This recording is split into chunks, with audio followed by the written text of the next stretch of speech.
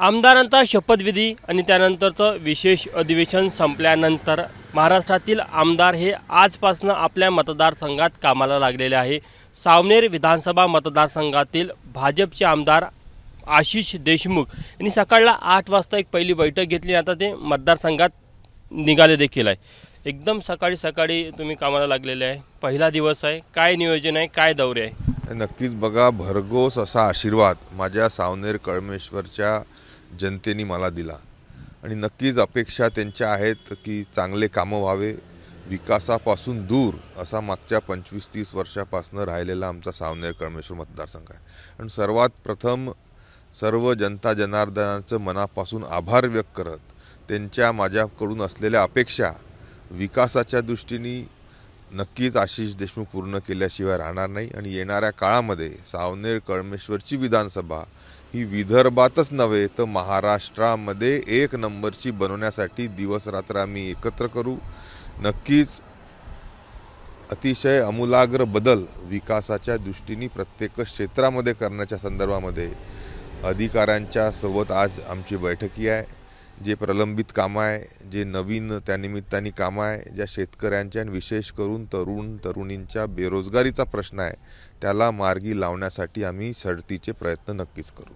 शपथविधी झाल्यानंतर हे अधिकृत दौरा आहे, काय नियोजन आहे या दौऱ्याचं आजचं? नक्कीच बघा, पुष्कळसे असे प्रकल्प आहे जे आमच्या मनामध्ये आहे, जे जनतेच्या मनामध्ये आहे, जे होणं हे अतिशय गरजेचं आहे। मागच्या 25-30 वर्षापासून तिथं या सर्व विकासाला कुठेही चालना न मिळाल्यामुळे आज संपूर्ण नागपूर जिल्ह्यामध्ये सावनेर कळमेश्वर विधानसभा क्षेत्र हा मागास राहिलेला आहे। आणि त्याला गती देण्याकरता, प्रगती होण्याकरता, विकासाच्या दृष्टीने घोडदौड करण्याकरता जे काही करणं गरजेचं आहे त्या संदर्भामध्ये आज अधिकाऱ्यांची बैठक आहे। शासनाचे अधिकारी असो, जिल्हा पातळीवरचे असो, तालुका पातळीवरचे असो, ह्या सर्व अधिकाऱ्यांच्याकडून मार्गदर्शन घेऊन नक्कीच एक पारदर्शी आणि गतिशील शासनाच्या माध्यमातून प्रगतीकडे आम्ही आमच्या मतदारसंघाला नक्कीच घेऊन जाऊ। 16 तारखेपासून नागपूरमध्ये हिवाळी अधिवेशन आहे, विरोधक कमकुवत आहेत, त्यामुळे सत्ताधाऱ्यांनाच विरोधकांची भूमिका देखील बजवावी लागेल अशी एक चर्चा आहे। काय विषय आहेत हिवाळी अधिवेशनाच्या पार्श्वभूमीवर? बघा, इन्फ्रास्ट्रक्चर डेव्हलपमेंट असेल किंवा सोशल प्रोजेक्ट्स असतील, ह्या मागच्या 2.5 वर्षापासून महायुती सरकारने समोर नेण्याचे प्रयत्न केले। ज्या मतदारसंघामध्ये आमचे आमदार नव्हते त्यांनी त्या सर्व खोळंबण्याच्या दृष्टीनेच प्रयत्न केले।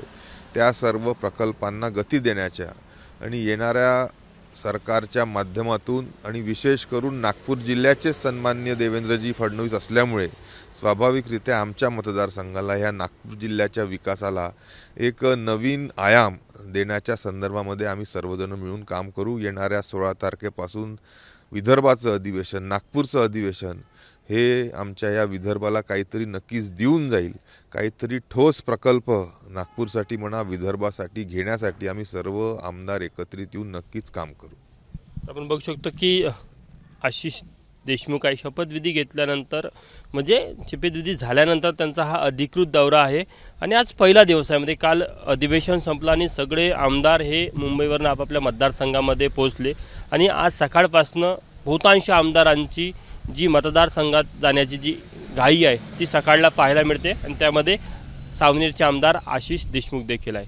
कॅमेरामॅन व्यंकटेश नायडूसह तुषार कोहळे, ABP माझा, नागपूर।